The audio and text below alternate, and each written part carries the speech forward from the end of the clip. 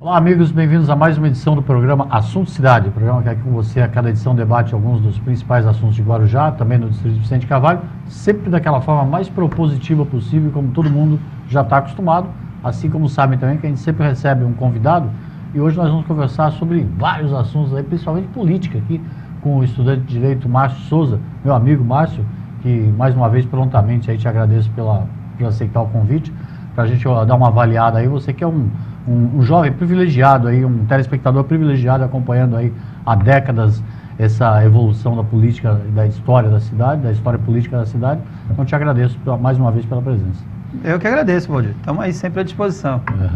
Ô Márcio, antes da gente entrar propriamente no assunto propriamente de política, eleitoral, eleição, essas coisas, a gente, você está representando atualmente a CEMAG, a Confederação Sim. das Associações de Moradores de Bairro, CEMAG, entidade atuante da cidade, por conta das outros afazeres aí do Jonatas Nunes, que é o presidente, né? Sim, ele, mais particularmente nas ações jurídicas, na representação da entidade, ficou de eu estar representando a entidade, porque como ele está como funcionário público agora, e aí a gente tinha que fazer uma ação contra a Câmara de Vereadores e tal, então nós resolvemos poupar o nosso presidente. E aí, pelo conhecimento técnico, eu acabei ficando à frente das questões mais jurídicas da entidade. Ou seja, você como estudante de Direito, você mesmo preparou a peça recentemente concedida a liminar aí por parte do Tribunal de Justiça, combatendo aquela história lá da escola sem partido, né?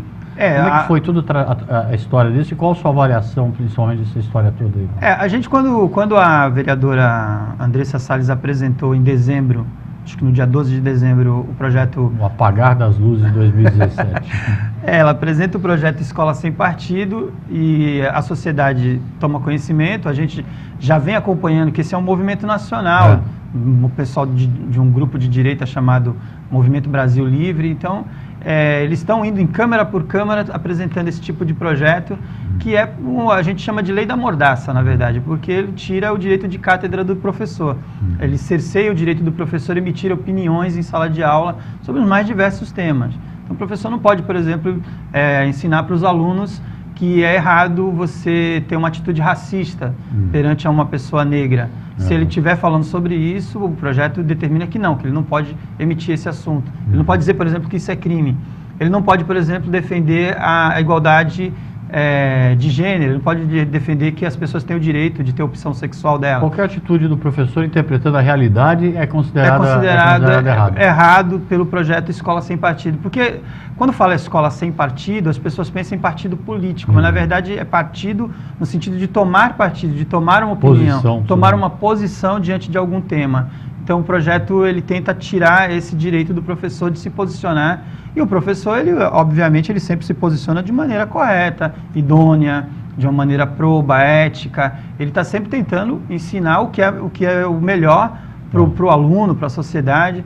Mas o projeto é diferente. Ele escolheu o professor como inimigo para dizer que o professor é o doutrinador de tudo de ruim que existe na sociedade. Exato, o que não é verdade. Você teve professores, eu tive vários professores, tenho na faculdade, pelo contrário, os professores eles acabam forjando na gente senso crítico, acabam forjando para a gente um senso ético, decente. Então nós ficamos indignados com isso. Tem sempre aquele professor que vira seu ídolo e tem aquele também que você não concorda absolutamente nada do que ele fala, mas nem por isso você deixa de mudar o seu caráter. Sim, tem professor que eu já ouvi alguns professores falar certos absurdos, mas nem por isso...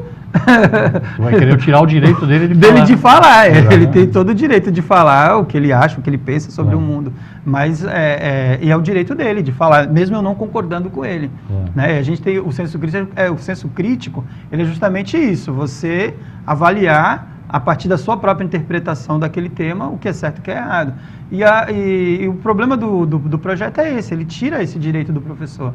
Então nós esperamos que o sindicato tomasse posição, o sindicato dos professores, não houve manifestação, esperamos que alguma outra organização fizesse, como ninguém fez nada, havia o perigo da demora, porque a lei foi sancionada, aliás, foi vetada pelo prefeito, e depois foi sancionada pela Câmara, foi aprovada por 13 dos 17 vereadores.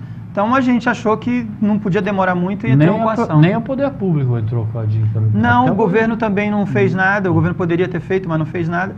Então nós resolvemos entrar. E aí eu acabei assinando a ação, que foi patrocinada pela doutora Ana Paula Trapé, né, que é uma ótima advogada criminalista e tal, e aí ela entendeu também de um pensamento progressista, ela entendeu que era importante, ela montou a ação junto com a gente, assinou lá o documento, a gente discutimos bastante os argumentos que deveriam ser usados para estar fazendo essa ação direta de inconstitucionalidade, para que essa lei não tivesse efeitos, né, uma vez que aprovada, tirar os efeitos dessa lei, fazer com que ela não exista mais. E fizemos um pedido de liminar no Tribunal de Justiça. E o relator que recebeu a ação, ele de pronto já deu uma liminar para a gente, que é uma decisão provisória, mas com efeito já de suspensão dos efeitos da lei. E agora tem 30 dias para o prefeito e para o presidente da Câmara se manifestar. E a gente acredita que na hora que for julgar o mérito, nós vamos ganhar essa causa, porque foi um absurdo, é uma lei absurda, não tem o menor sentido prático dentro da sala de aula, a não ser o de ofender os professores. Tem uma oportunidade entrevistando aqui o vereador Toninho Salgado, que se manifestou pela manutenção do veto recentemente, deu uma entrevista defendendo, como professor, inclusive, né?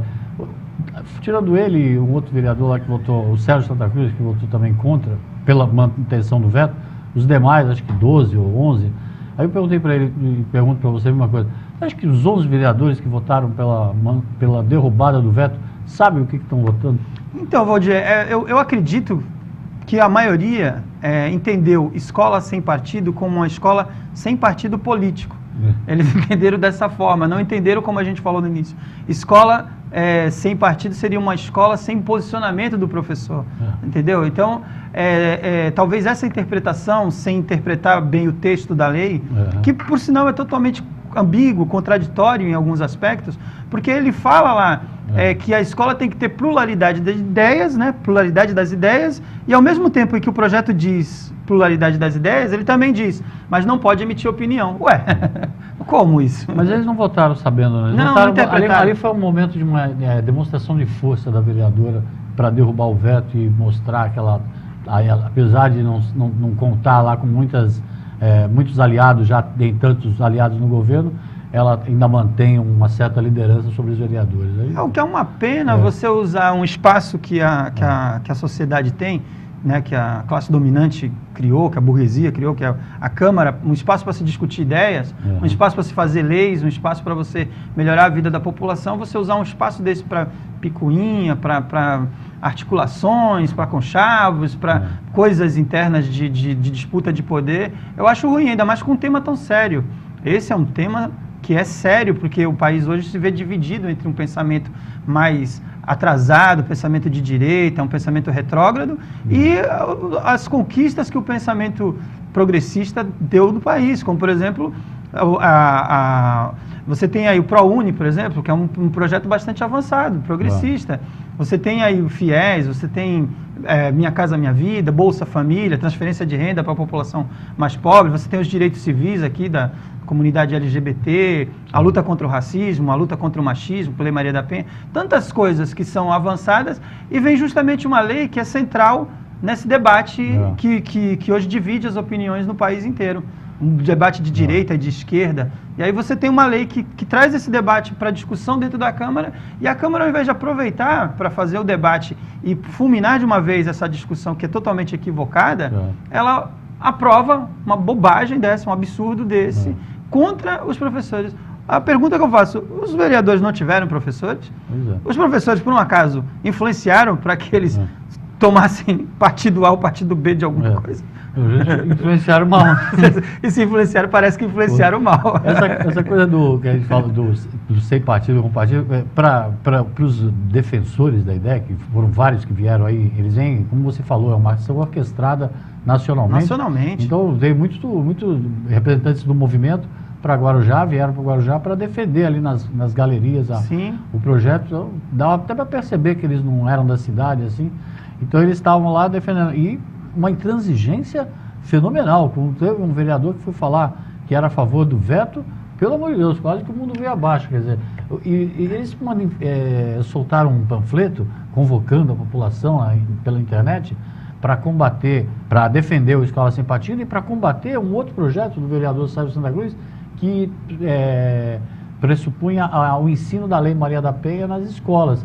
Quer dizer, eles eram contra o projeto, o projeto pedagógico, educativo, ensinar as pessoas a terem um respeito com o sexo feminino. Tudo isso. Sim, o combate ao machismo. A intransigência do grupo é tão forte que eles chegaram a convocar a manifestação para isso. Assim. É incrível, porque eles falam, por exemplo, que a escola não pode ser usada para fins políticos, para não ter opinião política, mas eles são um grupo político. Eles são um grupo político. O Estado brasileiro, por exemplo, a gente coloca isso na nossa ação, ele não é neutro. Quando ele fala, por exemplo, em liberdade, democracia, em relação ao ensino. Quando ele diz que o Estado tem que ser democrático, que a escola tem que ser democrática, o governo brasileiro está tomando partido. Claro. Porque ele poderia dizer, nossas escolas serão ditatoriais, nossas escolas serão autoritárias, que seria tomar partido também, mas por um outro aspecto. Então o Estado já tomou o seu partido, que é o da democracia. E eles acham que não, que tem que... Então é uma aberração esse projeto. Esse grupo é muito intransigente, como você falou. Eles querem, na marra, impor o seu pensamento, né? E isso tem influenciado o país de uma forma péssima, não é só no Guarujá. Aqui tem muita gente com ressentimento. Eu acho que esse pensamento de direita, ele é um pensamento que vem de um ressentimento com a ausência de políticas públicas. E vem com um apelo fácil, né? Você não quer que a escola ensine seu filho a fazer não sei o quê, a ser um argumento de apelo fácil. Um apelo fácil, estão querendo que seu filho vire gay, estão querendo que seu filho vire macumbeiro, olha, querem que seu filho vire isso, seu filho vire aquilo. Aí o pai se assusta, fala, nossa, está acontecendo isso lá na escola? E não é nada disso, mas eles usam desse apelo fácil e acabam influenciando as pessoas. Por isso da nossa preocupação em correr e acabar com essa história. Parem com isso. A liminar suspende o assunto. A lei não está em vigor. Sim, suspendeu os efeitos da lei. Agora nós vamos discutir o mérito. Nós acreditamos que esse grupo vai insistir, até porque é papel deles fazer esse embate ideológico, eles vão insistir nisso, mas nós acreditamos que a causa ganha. Pelo nosso entendimento, é inconstitucional. O artigo 22, no inciso 24, ele diz lá que é competência da União legislar sobre educação, sobre as diretrizes e bases da educação. Não é competência do município. O município, o legislador, por exemplo, ele comete um vício de iniciativa quando ele tenta legislar sobre o que o governo deve fazer. Ele não pode fazer isso. O vereador tem um papel, existe a separação dos poderes. Então, todo o procedimento é errado. Inclusive, o maior respeito ao Sérgio Santa Cruz, eu acho que a proposta dele é muito boa, mas o projeto dele também é inconstitucional. Mesmo concordando com a ideia é ótima. Está impondo uma diretriz. Mas ele comete o vício de iniciativa, ele entra numa seara que não é dele, ele vai propor algo para o governo, né, e ele poderia fazer um caminho contrário. Ele pode, por exemplo, propor ao secretário, professor Renato Marcelo Petropaulo, ele pode chegar para o professor e pedir, Renato, por que você não implementa, não manda um projeto para a gente votar, para que se a gente faça uma semana ou um projeto pedagógico de ensinar a Lei Maria da Penha. Então o caminho é inconstitucional. A gente pegou o projeto do Escola Sem Partido e está discutindo ele dentro da legalidade, do como que ele é inconstitucional, como que essa lei não pode ser aplicada por ela não respeitar a nossa Carta Magna, que é a Constituição Federal. Ô Márcio, agora também com todo respeito ao vereador Edilson Dias, que vem fazendo um trabalho excelente na Câmara, de Economia, de Recursos Públicos, tudo, no final das contas a Câmara ficou discutindo esses meses todos aí um assunto que vai do nada para lugar nenhum. Né? Exatamente. Uma perda de tempo. Uma grande perda de tempo. Aliás, muita gente na época disse que o Escola Sem Partido seria o pano de fundo para não discutir o aumento da taxa de luz, o aumento de várias coisas, que isso era uma orquestração para mascarar as verdadeiras ações que estavam acontecendo na Câmara. E é uma pena, né? Você tem tantas coisas importantes que poderia... E o presidente, eu vi alguma coisa dele dizer que ele não podia ter impedido, porque me parece que com 6 assinaturas vai para a pauta, né? Então, ele não pôde impedir, mas parece que já se apressaram em mudar essa regra interna lá, uma regra regimental, para que isso não ocorra. Que bom que façam isso, porque não pode o vereador usar a Casa de Leis, que pode discutir vários problemas sérios. Nós temos uma saúde na cidade que precisa de uma atenção, zeladoria. Nós temos tanta coisa que os vereadores têm que discutir, têm que aprofundar, e perdeu-se tanto tempo com isso, e ainda vai se perder mais um pouco. Pode escrever o que eu estou falando, essa discussão ainda vai longe. Era isso, até nesse assunto aí que eu queria entrar contigo, com relação à CEMAG, né? Você está respondendo por algumas questões da CEMAG, logicamente também tem conhecimento amplo aí das atuais demandas das associações de moradores. Queria que você fizesse um panorama aí por conta da CEMAG, né? Por parte da CEMAG, como é que está essa relação aí dos bairros com o atual governo municipal, sendo que já dá para ter uma noção assim mais exata da atuação do governo. Só queria te pedir para fazer isso depois do intervalo. Tudo bem. Depois do intervalo comercial. Mas antes eu vou pedir para o Brian colocar na tela a capa dessa edição do Jornal Assunto Cidade, o Jornal do Guarujá. Toda sexta-feira está nas redes sociais aí, também aos sábados, né, distribuído nas ruas, em edição impressa. O jornal que você encontra aí toda sexta-feira e que te atualiza aí sobre alguns assuntos importantes aí da cidade, na área política principalmente, mas um jornal que mantém uma coluna fixa de surf, um jornal que tem noticiário cultural da cidade e que nessa edição não seria diferente, a notícia do mundo aí, uma notícia mundial, o mandado de prisão que o juiz Sérgio Moro sobre o Lula por conta daquele triplex lá nas Astúrias que acabou virando uma atração turística às avessas aí de Guarujá. O Jornal Assunto Cidade você encontra toda sexta-feira nas redes sociais, procura lá. Se quiser receber pelo WhatsApp, é só entrar em contato que a gente encaminha toda sexta-feira. O programa Assunto Cidade volta já já.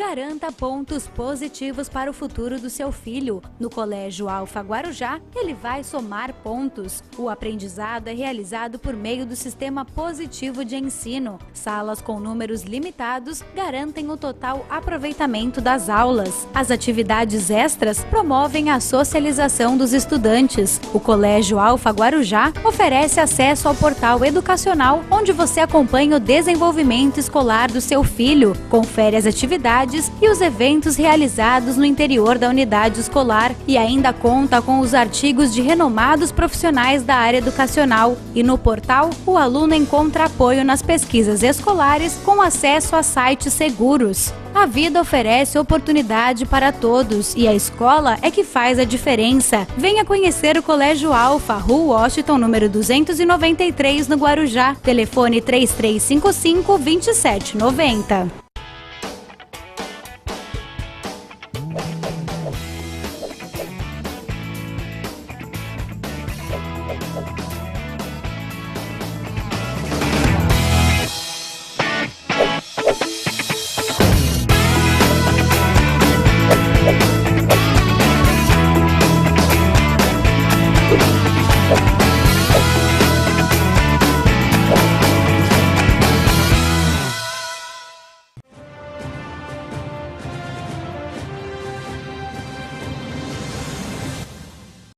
Muito bem, voltamos para mais um bloco do programa Assunto Cidade, hoje entrevistando o estudante de Direito Márcio Souza, ele que no primeiro bloco falou aqui bastante com a gente sobre a ação direta de inconstitucionalidade impetrada contra o projeto, a lei aprovada na Câmara Municipal do tal Escola Sem Partido, que pressupõe ali usando as palavras do próprio Márcio, uma mordaça dos professores que ficariam aí tolhidos do seu dever de interpretar o nosso tempo à luz do conhecimento e, logicamente, transmitir as suas experiências para os alunos, como sempre foi, desde que o mundo é redondo. E aí a CEMAG, né, que está sendo representada pelo Márcio, entrou com essa ADIM, com esse pedido de ADIM, de inconstitucionalidade, e o Tribunal de Justiça, praticamente de imediato, uma semana, concedeu a liminar, suspendendo esses efeitos. A gente terminou o primeiro bloco falando justamente desse tempo que a Câmara perdeu, discutindo aí esse assunto inócuo, e com todas as demandas que a sociedade tem, principalmente as comunidades, e a CEMAG, ela representa as associações de bairros, né? Quais são as principais demandas hoje, da atualidade? Se é que a CEMAG faz essa leitura aí, diária, cotidiana, e como que dá para avaliar a relação com a administração municipal nesse momento? Márcio? Então, Valdir, quando o SUMA assumiu, a gente tinha uma visão do governo. Eu, particularmente, sempre achei, durante a campanha e depois de eleito, que o governo SUMA seria uma espécie de continuidade do governo da Antonieta por conta dos personagens que o cercavam. Mas a gente acabou notando que não tem nada a ver o governo SUMA com o governo passado. A começar pelo trato com as entidades. Ele tem nos recebido a cada dois ou três meses, tem conversado com a nossa entidade, tem dado uma atenção, nós fazemos por temas, então nós discutimos zeladoria, habitação, isso tem de alguma forma nos ajudado a entender o funcionamento do governo em relação às demandas que nós temos. A gente tem levado algumas demandas, nós temos sido protagonista daquilo que a gente acha que é o certo, que o governo tem que fazer, e o SUMA tem atendido, tem dito para os seus secretários, deem atenção para eles, resolvam isso, tem determinado algumas coisas, que no governo passado não tinha. Antonieta centralizava, não delegava e ainda evitava o diálogo. Então, com o SUMA não está acontecendo desse jeito. Mas a gente ainda acha que está muito devagar. A minha avaliação já dá para fazer uma análise, o governo ainda está muito devagar, precisa acelerar mais, precisa se importar mais com estrutura, a gente precisa estruturar melhor a cidade precisa se desenvolver, precisamos de emprego, as nossas comunidades, elas precisam de um atendimento maior, principalmente na área da saúde, nós temos muita reclamação, né? Essas chuvas, esses alagamentos que ocorrem cada vez que chove, a gente tem apontado, inclusive tivemos uma reunião com o secretário, com o Jesus, no mesmo dia que nós tivemos uma reunião que nós falamos do tema, ele inclusive empoderou a gente de algumas informações, e à noite deu uma chuva, alagou tudo. Eu falei, caramba, eu falei com o cara hoje e está aqui acontecendo exatamente o que a gente falou que ia acontecer. Então tem um monte de coisa na cidade que ainda precisa ser feita. Eu não sei se o governo SUMA consegue dar resposta, porque por mais que ele tenha dialogado com a gente percebe que existe no Guarujá uma demanda reprimida de 8 anos do governo passado. Certo. Tem muita coisa do governo passado que ficou aí, que emperra, não vai ser em pouco tempo que a gente consegue resolver. Eu acho que o governo tem se esforçado na medida do possível, mas ainda está devagar. A minha avaliação é que ainda não é um governo que consegue ter uma eficiência para aquilo que o cidadão precisa.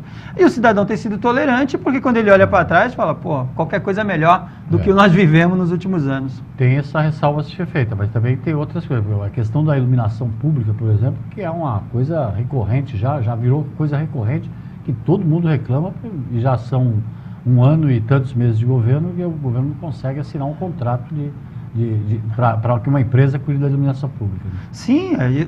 Isso é um exemplo de como é ser devagar, né? E assim, o governo vai se defender o tempo todo, vai dizer, olha, mas a gente faz uma licitação, aí vem alguém, entra com uma ação impedindo que a gente consiga fazer, tal. Tem esse jogo político da cidade também, mas para o morador, essas coisas não faz sentido. O morador quer ver a lâmpada. Se vira, dá teu jeito. Conversa com o promotor lá, com o juiz, fala para eles dar uma maneirada, mas resolvam nossos problemas. É mais ou menos isso que a gente acaba vendo. Mas eu não queria perder a oportunidade, eu sei que você, além de estudante de direito, você também sempre, até como líder estudantil, desde garoto, né? 16 anos. Desde do jardim da infância, que já fazia a Grêmio lá. Aí, essa sua vivência aí no meio político, nós estamos já chegando aí, 6 meses da eleição, a gente costuma sempre fazer isso, já fizemos na eleição municipal. Sim, eu estou inclusive preparando um documento sobre as candidaturas. Mas já dá para ter mais ou menos uma noção do quadro, né? Ah, sim, você tem um quadro interessante. Para estadual, por exemplo, em Guarujá. Que é Ainda para mim, Valdir, eu vou te ser bem sincero, ainda não está claro para mim quais os cargos que cada candidato irão disputar. Porque você tem uma candidatura, por exemplo, a pessoa diz, serei candidato a estadual, aí quando chegar lá na frente ela vai ser federal. Mais ou menos quando o candidato sai dizendo que é candidato a prefeito, depois você encontra ele na chapa de vice. Então, eu acho que vai haver surpresas. Há muita gente dizendo ser candidato a um cargo e depois vai mudar para outro. Por exemplo, não está claro se a Raifa Madi será candidata a deputada estadual ou federal. Para mim não está claro. Ela falou já publicamente, inclusive para o programa Sociedade, candidata estadual. Candidata estadual. No campo estadual, Raifa Madi é supostamente a esposa do atual prefeito, Edna Suma, e o ex-vereador Gilberto Benzi, por exemplo. Tudo bem. E mais outros pequenos. Tudo bem. E quantos você ouviu na eleição passada que disse que seria candidato a prefeito, deu declaração pública? Alguns, inclusive, declararam apoio a determinado candidato e depois ele mesmo saiu candidato. Então, para o político, a mudança de estratégia é muito fácil. O que ele diz hoje, amanhã ele desdiz e explica que era uma estratégia. E aí acabou. E essa eleição tem um ingrediente a mais, que é o paraquedista e o camarada que só quer se projetar para daqui a 2 anos. Sim, você vai ter muito candidato a vereador que quer manter o seu nome em evidência e vai sair candidato a deputado. Você vai ter esse elemento nas eleições. Então, não está muito claro. O que está claro hoje é que o pensamento do eleitor. Eu vejo que o eleitor, por exemplo, não quer político tradicional. O eleitor hoje ele tem uma dificuldade muito grande naquelas pessoas que já têm um histórico político ou envolvido em algum escândalo de corrupção, qualquer outra coisa. O eleitor se afasta um pouco desse tipo de candidatura. O eleitor está procurando novidade. E aí eu até dou uma dica para quem é candidato. Eu não tenho a menor vontade, mas dou uma dica. Quem quer ser candidato ao cargo eletivo, ele hoje, mesmo que ele já seja um político, ele tem que se reinventar.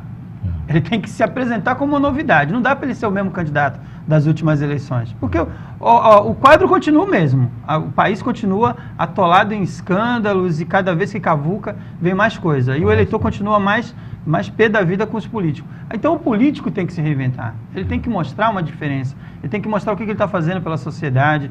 Ele tem que mudar os modus operandi dele dentro de uma campanha. Tem muita coisa que na eleição passada já se mostrou. O eleitor já mandou recado na última eleição. E nessa ele vai estar mais preparado ainda para votar. Eu acho que vai ser uma eleição, inclusive, com muito voto nulo, muito voto em branco, por conta de um descontentamento com a classe política. Mas eu vejo que não dá para saber o que os políticos vão fazer, mas dá para saber o que o eleitor espera dele. O que é ruim, né? O voto nulo, branco, porque acaba favorecendo aqueles que são sempre os mais espertos. No segundo turno da eleição para prefeito aqui, nós tivemos uma cidade dividida por 3. Se você pegar a votação, vai ter lá um terço para Raifa, um terço para o Sul, um terço nulo. Uma cidade dividida em 3 partes. Né? Polarizada, mas ao mesmo tempo com uma terceira... Como eu falei, né, a gente está começando aí o período ainda, esses 6 meses que antecedem a eleição, dia 7 de outubro, né?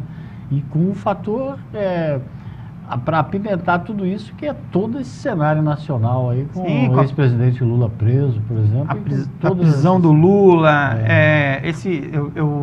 essa candidatura do Bolsonaro, que é uma candidatura que eu entendo como uma candidatura do ressentimento. Muita gente ressentida com a ausência de políticas públicas. Igual a gente estava falando da argumentação fácil, né? O apelo fácil daquela escola. Ele tem, você quer ser assaltado, você quer ser um filho assassinado. O sujeito presencia um ato de violência e o Bolsonaro diz bandido bom é bandido morto, cara, é meu candidato. Então é mais ou menos isso hoje, né? É um ressentimento que o cidadão tem na sociedade que não faz ele pensar direito. E aí nós podemos ter um cara desse até talvez sendo eleito presidente. Espero que não, vamos combater muito a candidatura dele, né? Muita liderança entende que é um perigo para o país ter esse cara eleito, mas ele é um dos nomes que está posto, né? O Lula, a direita tenta tirar o Lula de cena, o Supremo, o Moro, todo esse pessoal criou essa história do triplex aí, enfim, tudo que a gente assiste todo dia, e no final o Lula nos braços do povo vai para a cadeia. É um negócio incrível. É difícil até de muita gente entender como é que um cara que tem tanta gente, com tanta aprovação nas pesquisas, né, e toda essa história em torno dele. É o que mostra como o país está dividido. Né? O país está muito dividido. Hoje você não diz uma frase numa rede social que não vai vir um monte de gente contestar a sua frase ou outros apoiá-la. E sempre na divisão. O Supremo estava dividido. Um aspecto simples como a presunção de inocência, que está lá na Constituição. O Supremo se dividiu. Olha, não tem que ter presunção de inocência até julgado e transitado, não. Tem que prender logo. Então vamos prender, terminou o julgamento no segunda instância, aí um tribunal colegiado, você já pode prender o sujeito e pronto. Pô, mas se ele foi inocente no final, se no final de tudo descobriu-se que o cara já foi preso, como é que faz? Então, esse país que desde o Supremo até qualquer instância na base da sociedade está dividido. O boteco da esquina também, das 6 às 5. Das 6 às 5, das 6 às 6, das 6 às 5. Qualquer lugar você vai ter o país dividido entre um pensamento e outro. É uma pena, eu acho uma pena, porque isso também é culpa de muitos companheiros da esquerda, de muita gente que fez besteira. A gente sabe que não tem santo de um lado nem do outro, tem muita gente ruim nesse país, que precisa ser estipado da política nacional, precisa sair. Nós precisamos tirar muita gente do cenário político, precisa ter novidade. Eu gostaria, por exemplo, que em 2020, no Guarujá, surgissem nomes novos, caras novas, gente nova, cidadão comum que quisesse participar da política, mas participar de maneira correta, com uma proposta, com uma ideia, com um projeto, não como a gente vê hoje, que hoje muita gente vê a política como uma forma de ganhar dinheiro, vê a política como uma profissão, como um espaço de poder e de enriquecimento